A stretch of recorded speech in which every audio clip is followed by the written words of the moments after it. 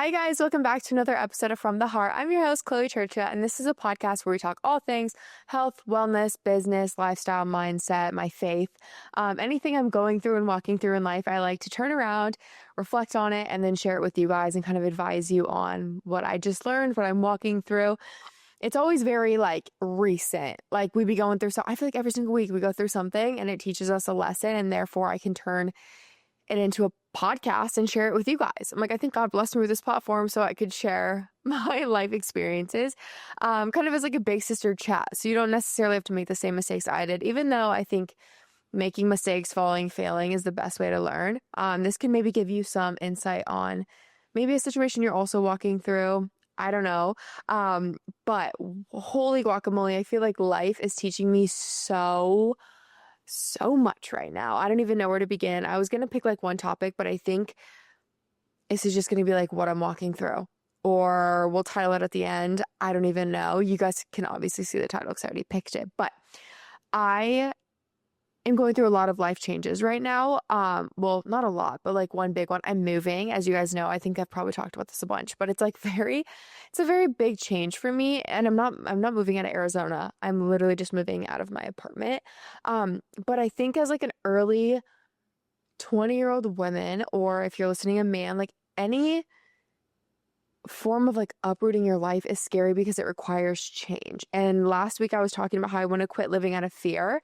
And I was praying on it and I was thinking on it. And I think this week I got a lot of answered prayers and a lot of revelation. Anyway, I just know a lot of you guys will relate to this, because whether you're moving or you're picking a school or you're picking a career path or you're picking the person you're going to marry, there's so many big decisions that we have to make in a pretty short amount of time. It feels like I honestly feel like I'm going from one thing to another, making a business decision, then I'm making a lifestyle change, but then I'm moving. And then I'm is it this season right to be married? Is this season right to be dating? Is this season right to be doing this? There's not a rule book to follow, and every person's is so different. So it's hard because it's not a one size fits all. But I do think a lot of the foundations apply just in divine timing, of when God kind of guides you through that.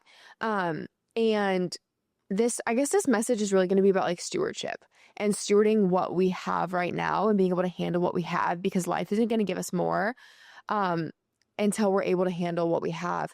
And this is very relevant to my decision on moving, my decision on a timeline of marriage and kids, and my decision in my career right now. And this last week I listened to a sermon and it really spoke to me. But I just have been having all of these aha moments and so much clarity and so much certainty, and it's felt so good. But I think often we're always so hungry. We're always wanting more. We're always wanting to advance. And I feel if we plateau in any area, it's a negative. You're either going up or you're going down. And sometimes when we're in that in between, it's uncomfortable because we don't know what to do. We're well, we're not advancing, but we're not doing worse. So is this okay? And that in between season, I think, is very intentional because it allows you to reflect on what you're doing and how you're handling it. So for me, for instance, right now, it's my job, my career, my business of Alora, we were having a conversation and we were what do we do with this? We can take it a lot of different ways right now, but we want to do what's best for our community, for the women and for the people, and for the reason that we started this company. And I kind of brought up, I was you guys, I think we need to invite, because one of our main pillars of Alora is it's built on our faith, and Christ is the foundation of this company. Alora, it means to be the light. And so we want to be the light in the world, in communities. We want to teach women how to be the light and how to honestly relight their light if it's dimmed. We were kind of reflecting on it, and we felt this some sort of guilt because we have so many things going on in our life. Again, we're all in our 20s. Kayla's turning 30. She has a huge life change happening, and we have a lot of things to juggle. And it's we're sitting here wanting it to grow, but we're not stewarding what we have well enough. We haven't sat back and reflected. And I really don't think God's going to bless something until you steward it good enough. He's not going to give you more until the one that you have is handled well. And it made so much sense to me because I'm guys, we need to bring back our faith into the company. And I think it really will make it the foundation completely on the back end, because we talk about it a lot on the calls and we talk about it a lot on our pages, and it's very it's knowing, you pull up Lord and it's Christ centered. But we have meetings every single week, multiple times a week. We spend hours on Alora And I'm like, we need to like open meetings in prayer. We need to be doing these things in prayer. We need to be inviting God into it. And I think that can, for you guys, relate into a lot of areas, whether it's a relationship, whether it's a career, whether it's in the gym. It's like, are you inviting the right things into it? And are you handling what you have now good enough? And maybe you're not, focused on your career. Maybe it's like your health and wellness and your fitness. For me, I think for a long time, I trained and I ate out of like a sense of like hate for my body because I wanted to change it rather than I wanted to honor it. And I think once I made that switch and I started stewarding my body well and handling like what I was doing right, I finally felt better, like better than I've ever felt. I finally started fueling my body with like quality food, because that's what you would do to something you truly appreciate and you want to treat well, is like you would feed it quality food. I also started training, but not out of hate, out of a way to like honor my body. Like me with running, I used to run because it was like, one, it was a challenging, good task to do. Like it pushed me mentally and physically, and it taught me a lot about like mental toughness and discipline and just doing hard things. Cause I think if you don't do hard things, that's a whole other conversation, but we all need to be doing something hard, I think, every single day and pushing ourselves. And running was that for me. But also it was nice because it was just like cardio. And I was like, oh, I don't have to do any other cardio. Like cardiovascular health is very important. And I think doing some sort of movement endurance cardio is healthy. I encourage everyone to do that, whether it's walking, running, biking, swimming, whatever. Incorporate it into your split. I think everyone needs to work on like heart health. But now it's funny because I don't just run because I'm like, oh, it's good cardio. I literally run because I'm like, I feel so good every single day that I run. Like I have my best days on the days that I run. And I used to like dread the days that I ran because it was like scary, it was hard, it was uncomfortable. And now I'm like, oh, I get to run today. And like, I just know, it's like a pre-knowing that I'm going to go into the rest of my day feeling superb, so good. I feel so accomplished. I'm proud of myself. And there's just the runner's high hits different. It hits different. And so it's like learning to like steward fitness and my health better has like in turn, like given me so much more life. And I physically feel so much better. You guys know I preach all the time, like do things to feel your best, not just look your best or not just whatever. It's like do things to feel good, because how you feel reflects on like how you act and how you show up to people. And like, that's really what matters. But when you don't feel good, like you can't show up to your best self. So it's healed my relationship with food. It's healed my relationship with training. And I feel like I have such a healthy balance. Like I don't feel like I need to be training 10 times a day. I don't feel like I need to be super, oh my gosh, what am I eating? Thinking about macros, calories. Like I don't do any of that. Like I literally just eat to like, till I'm satisfied. I like listen to my body. Like I know how, like my hunger cues are much more like turned on and like working properly. Like I know when I'm hungry, I know when I'm full. And it's just changed my life. And it's really been, the difference has been in the matter of how I like steward it and how I handle it. And so it's really something to think about, because we're, like I said, we're always wanting more. We're always wanting to be more fit. We're always wanting to run faster. We're always wanting to like accomplish more goals, make more money, build more businesses, get more Instagram followers. That's a whole nother one we can talk about. Let's dive into it actually, because I know a lot of people's like dream career is like being a creator, content creator, an influencer. And like, it is, I think, the best job ever. I'm so grateful and so blessed. But even me, and I know a lot of my creative friends, we talk about these things often. But it's always like that kind of game of either comparing to your old numbers, comparing to like someone else, seeing all these other people pop off, like being just like number hungry.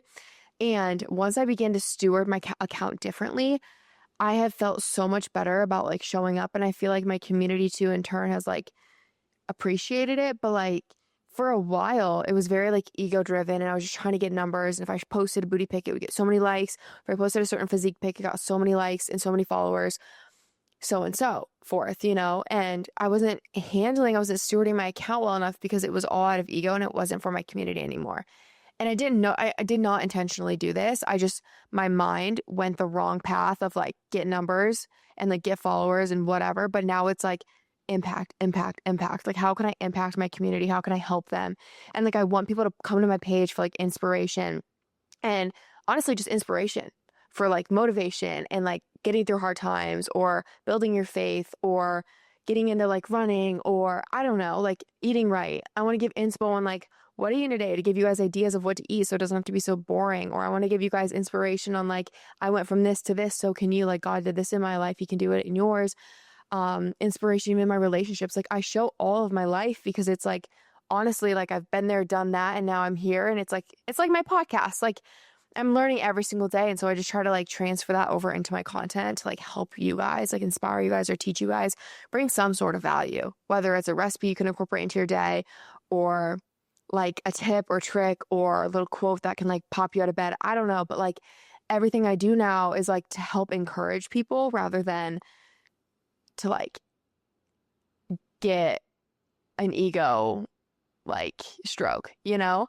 But I think like I've had so much more fun on social media and I've had such better interactions and I've felt so much more peace with it. And it's like what it used to be because I'm stewarding it well. And so if there's an area in your life where it's like it's not the same, are we still like treating it the same? And again, like over time though, like life changes, so you do have to like pivot and make changes and maybe treat it differently. But in the grand scheme of things, if it's something like social media or if it's something like your career or your job, because it's so funny, there'll be things that we hope and we pray and we wish and we dream for, and then we get it. And then it's just like, it's old now. It doesn't have its like glitz and glam. And then we start to mistreat it. Even, for example, like say you have an apartment, I'll use my apartment as an example. It's like I moved in, or an iPhone. Actually, let's do an iPhone because I know everyone has an iPhone. And you get a new phone and you have like a glass screen protector. You got like the biggest like safety case on it. You're so careful with it. You don't set like you set it down. You don't just throw it. You're very careful with it. But then once the newness wears off, like this phone that you probably saved all your money for, or you were waiting for your renewal or whatever, you're counting down the days so you could get it. Once it's old, once it's literally like a month or two old, like you start treating it differently and you don't steward it so well and you start throwing it and it gets a crack in it or you lose it or like you're just careless with it. You don't wear a case anymore. I'm guilty of it. I actually have a case on now because I think it's cute. It says love like Jesus, but I used to not because I'm like, this phone's like 3 years old. The camera's kind of bad. Like I probably should get a new one. And I know for a fact if I get a new one, I'll get a glass screen protector and I'll probably hold it very tightly. But it's so crazy how we just like over time start like mistreating things. Maybe it's a relationship. Maybe it's your boyfriend or your girlfriend. And it's like, you know what, at the beginning, I was whining and dining her. I was treating her so well. I was always telling them how much they meant to me. And I was very like vocal with my communication and my emotions.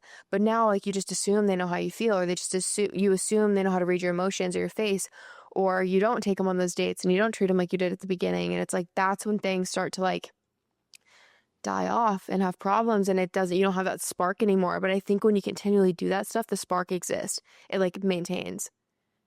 I really like wholeheartedly believe in that. Like if you treat it like day one, like you're always going to have that, like those butterflies. Again, there's going to be moments, there's going to be highs and lows for sure.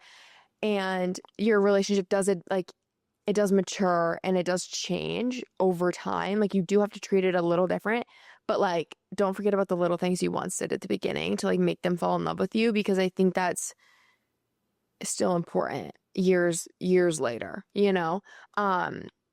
That's why I love love, because it's so beautiful to see like the effort, because love is work, because you have to continually work at it and like steward it well and like show up. And I think we need to do that in every aspect of our life, because once you start mistreating it, I think that's when we fall back and that's when we start to plateau and life gets confusing. And it's like, oh no, like am I not supposed to be here anymore? I'm like plateauing. Is this God like calling me out of it? Should I be moving? And it's like, maybe it's just like a wake up call to be like, okay, are we doing the things we used to do? Are we handling it the way we should be handling it?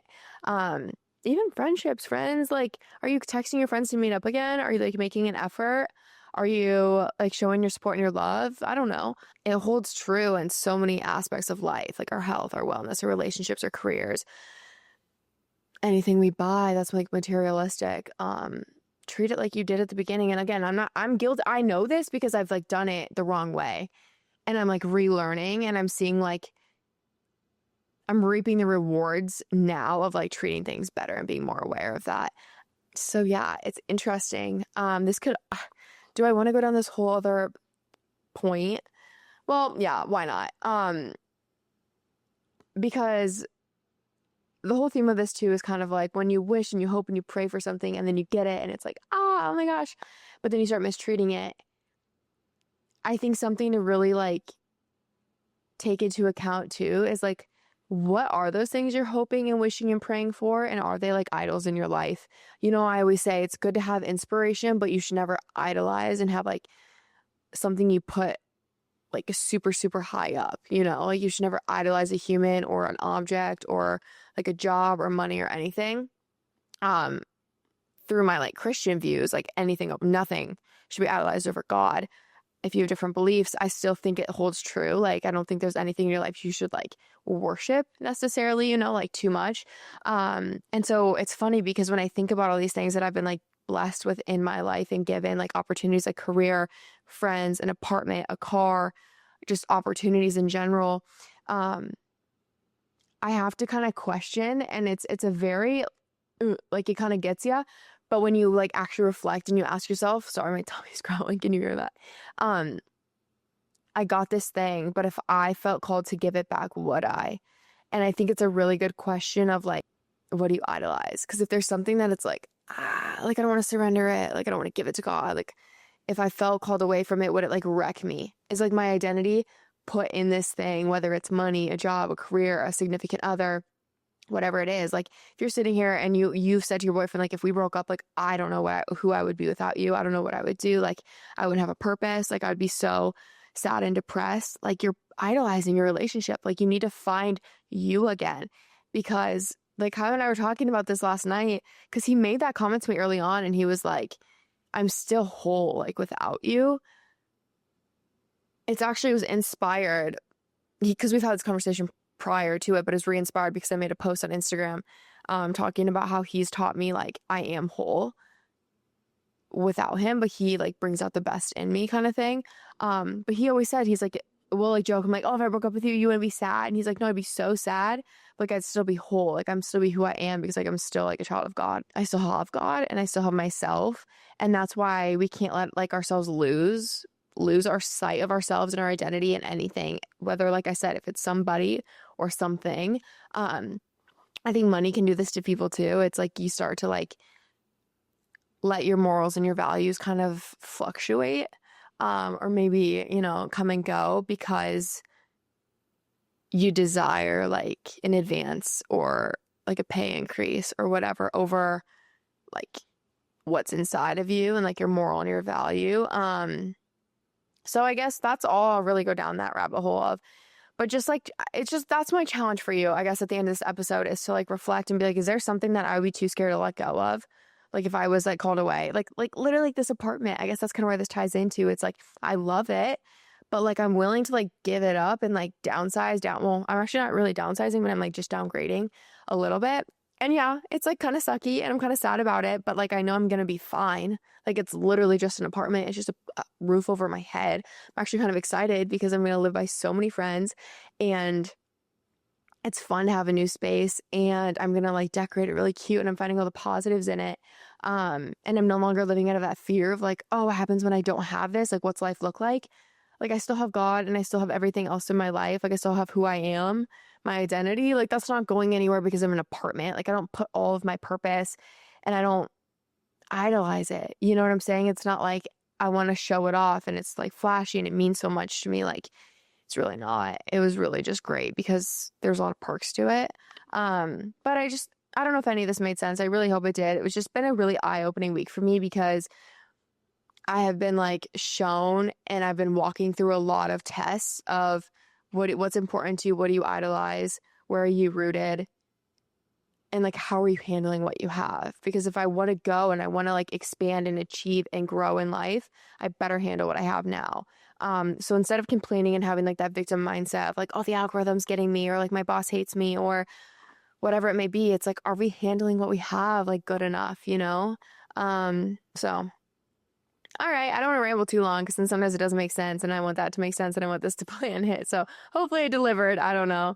But I appreciate all the comments and the messages you guys send me or comment about my podcast. It means the world to me. I love seeing like who listens. It's really like full circle cool for me because I obviously can't see any of you guys. I can't see who like subscribes or listens. Like I could on social media, I can like see your faces. Can't do that on here. So when I get messages, it means the world. But share this with someone you think it could help or repost it to your story in hopes that it could plant a seed for somebody. But I appreciate you guys taking time out of your day to listen to me yap. I love you so much and we will chat next week. Bye guys.